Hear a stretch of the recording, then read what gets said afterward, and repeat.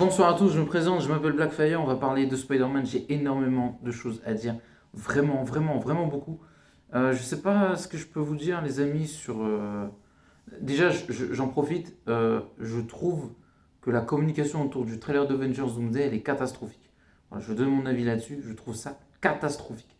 J'ai pas compris, on nous dit ouais mais le film il sera au cinéma. On te fait un petit teasing qu'on sort, je vais être honnête avec vous, je suis sûr que c'est Marvel qui l'a lancé pour preuve, soit disant il y a le trailer d'Avengers Doomsday sur internet, je n'ai absolument rien vu. Rien, même pas une photo, rien. Donc j'ai vu un mec réagir. Est-ce que il bluffe parce que je l'ai pas vu enfin il dit qu'il regarde le trailer mais j'ai pas vu le trailer hein, donc est-ce que c'est du bluff? J'ai l'impression qu'il y a beaucoup de gens qui bluffent aussi parce qu'au moins on m'a sorti des trucs extraordinaires. Le coup de je vais voir les gens, je vais leur dire ah, salut, ça va les gars. Ouais, tu peux me mettre le trailer d'Avengers Doomsday? Non mais imaginez, je vous donne un exemple. Je suis allé voir Avatar, donc ça a été dit d'une manière assez officielle quand même que Avengers Doomsday, le trailer serait pendant quand le film sortira. Donc moi je fais quoi? Je me suis dit, moi je vais voir Avatar, donc je vais faire une pierre de coups. Je vais voir le film, et après bon, je regarde le film, je voyais pas le trailer. Je dis, ah, c'est le plus gros foutage de gueule que j'ai jamais vu. Quand je reviens, je parle avec des gens, voilà, des gens autour de moi, quoi. Et il y a un truc qui est juste incroyable aussi, c'est que quand j'ai parlé avec les gens, on m'a dit, oui, mais en fait, il faut aller voir le projectionniste. Les gars, on n'est pas dans les années. Ça se fait quand tu es dans ton village ou dans les années 80.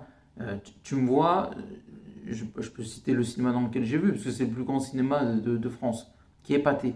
Tu me vois, moi, aller voir Pathé, leur dire excusez-moi, tu mets le trailer d'Avengers Doomsday. Ils vont dire mais il est fou le gars.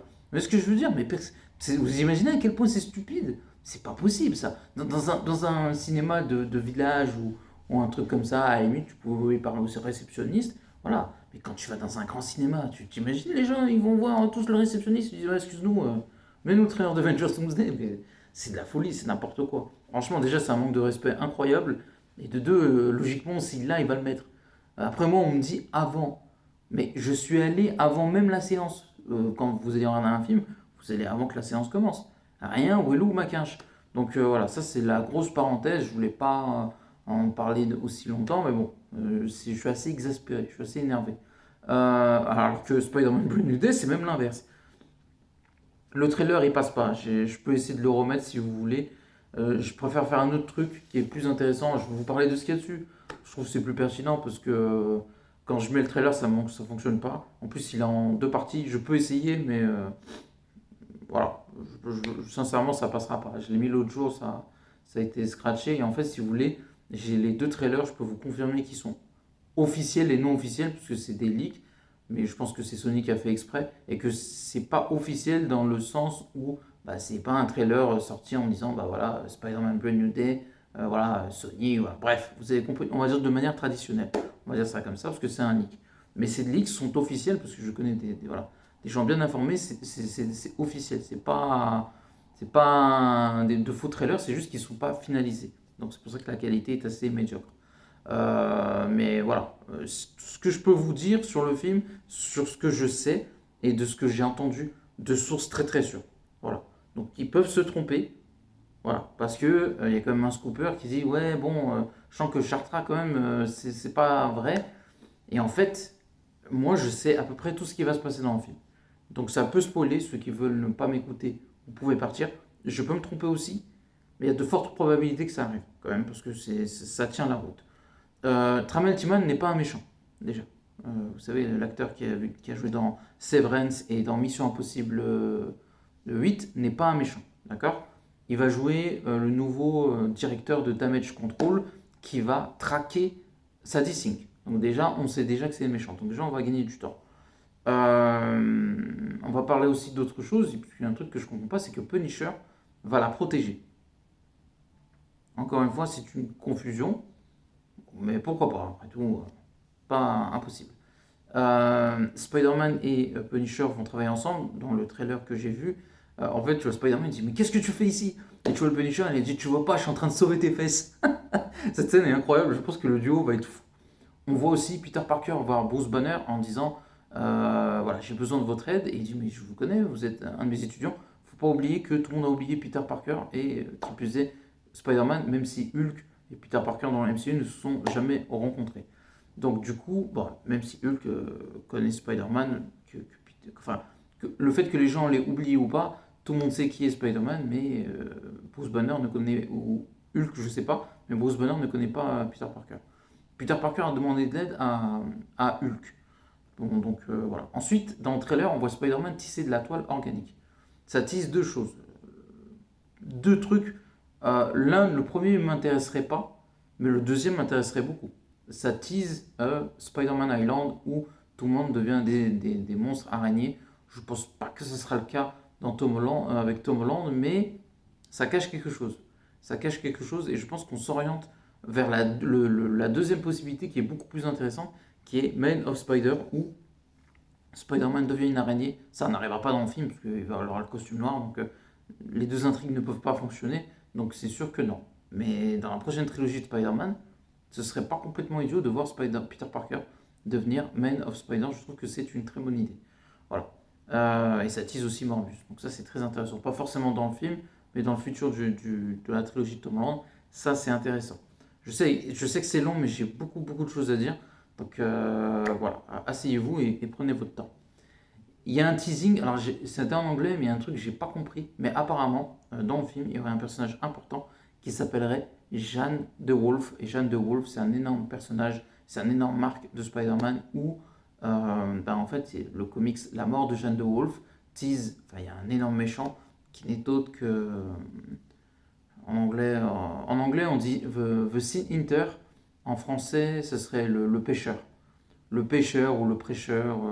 Non, le rédempteur, excusez-moi, autant pour moi. En français, c'est le rédempteur. C'est un des arcs les plus sombres des comics et ça tease aussi beaucoup de choses. Voilà. On sent que dans Brand New Day, on va passer des nouveaux caps d'un point de vue des teasings en termes d'histoire. Et en fait, ce film va nous faire comprendre que l'impact dans Spider-Man et dans MCU, le message est de faire passer aux fans, on est capable je trouve pas le terme, d'imposer non, on est capable de faire toutes les histoires. Parce que tu utilises Man of Spider, tu utilises la mort de Jeanne de Wolf, qui sont deux arcs très appréciés des fans de comics, et dans la série animée, je parle surtout comment ça s'appelle, j'ai oublié le nom. The Main Spider, parce que Redemptor, on l'a jamais vu on l'a vu qu'en comics. Et du coup, voilà. Donc, on a des choses très intéressantes avec Man of Spider, avec. Comment ça s'appelle? J'ai oublié le nom. La mort de Jeanne de Wolf. Mais ce n'est pas terminé. Je pense savoir pourquoi les scoopers se trompent. Et encore une fois, j'ai une source plutôt bonne qui, jusqu'ici, ne s'est pas trop trompée. Donc, il y a une théorie qui fait que certains insiders pensent que Chartra, c'est du bluff. Je pense pas.